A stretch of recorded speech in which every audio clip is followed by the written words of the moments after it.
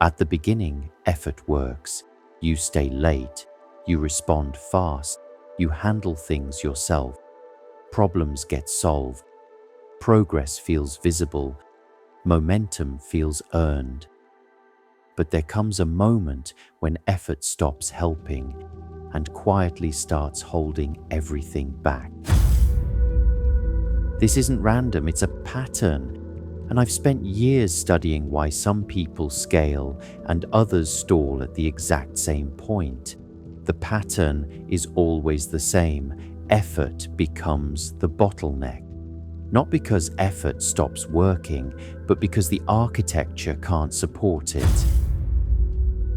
There are 3 types of people who hit this bottleneck: those who push harder and break, those who quit and plateau, and those who see the pattern and rebuild.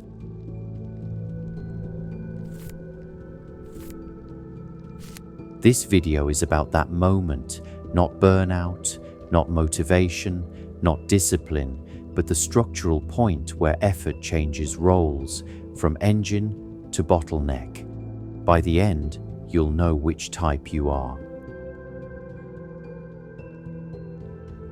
When effort stops working, nothing breaks. There's no failure, no crash, no clear signal. Things just feel heavier. More messages, more approvals, more decisions waiting on you. You're still capable, still productive, still reliable. But if you step away, things slow. If you don't respond, things stall. Most people interpret this as importance. It isn't, it's dependence. Early on, effort fills gaps. Everything is small enough to fit inside one person's attention. Decisions are simple. You can see the whole system at once. At this stage, effort is leverage. But complexity doesn't announce itself when it arrives. It accumulates. More people, more moving parts, more interactions you don't directly control. And without realizing it, effort moves, not out of the system, but into the narrowest point everything must pass through. You've become the bottleneck. A bottleneck isn't about weakness, it's about constraint. If progress requires your approval, your response, your presence, your decision, then progress is capped at your speed. Not because you're slow, but because everything waits for you. Effort stops multiplying outcomes and starts throttling them. That's the bottleneck most people never notice until growth quietly stops. When people sense this slowdown, they react instinctively. They jump in sooner. They answer faster. They get more involved. From the inside, this feels responsible, but each intervention teaches the system the same lesson. Wait. Every time effort rescues the system learns not to support itself. It doesn't develop structure, it develops reliance. And the more capable you are, the faster this dependence forms. You can see this in meetings. One person speaks first, everyone else pauses, not because they lack ideas, but because decisions flow through that person. You see it in communication. Messages pile up. Nothing moves unless someone pushes. You see it in leadership. One reliable person becomes central, always involved, always needed, and slowly nothing scales beyond them. Here's the part most people don't recognize in themselves. Effort becomes a bottleneck long before systems fail.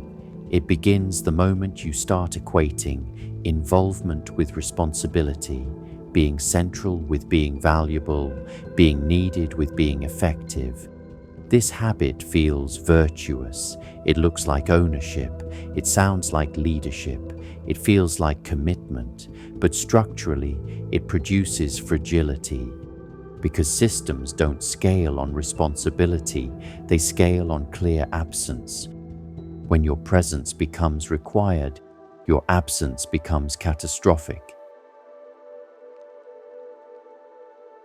So, what's the shift? Effort is motion, not structure. Effort answers, what do I do next? Architecture answers, what must exist so this works without me? When outcomes rely on effort alone, they must be constantly carried. When outcomes rely on architecture, they are supported. This is the distinction that separates growth from stagnation. Fixing this doesn't mean doing less. It means interfering less. It means noticing where decisions are pulled toward you, where movement waits for permission, where effort replaces structure. The goal isn't to remove effort, it's to remove effort from the places where it breaks flow. Architecture doesn't appear when you push harder, it appears when pushing stops being necessary. Here is the principle that governs all of this. If something only works when you are pushing it constantly, it isn't built, it's being carried. Anything carried long enough eventually collapses, not from weakness, but from fatigue. Architecture replaces carrying with support. Architecture begins when systems are allowed to feel uncomfortable and survive anyway. So, what replaces effort? 3 things. Systems. Systems are repeatable processes that produce consistent outcomes. They don't require your presence. They don't require your decisions. They operate. Leverage. Leverage is a force multiplication.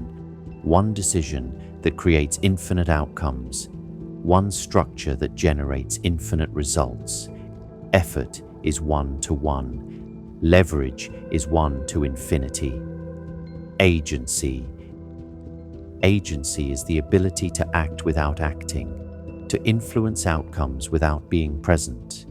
This is what wealth is built on, not effort, architecture. Remember the 3 types of people? Those who push harder and break, those who quit and plateau, and those who see the pattern and rebuild. The first type keeps optimizing effort, they burn out. The second type gives up, they stall. The third type shifts to architecture, they scale. Most people don't fail, they stay busy, they stay central, they stay relied upon, they stay necessary, and nothing grows beyond them. This isn't a motivation problem, it's an architectural one. The question isn't whether you're working hard enough. The question is, are you building the architecture that makes effort irrelevant? Season 1 was about timing, why effort collapses when pressure arrives too early. Season 2 is about structure, how outcomes are designed so effort no longer becomes the limit. This isn't about doing less. It's about building systems that don't require you to be everywhere. This is the architecture of agency. And this is where the work changes.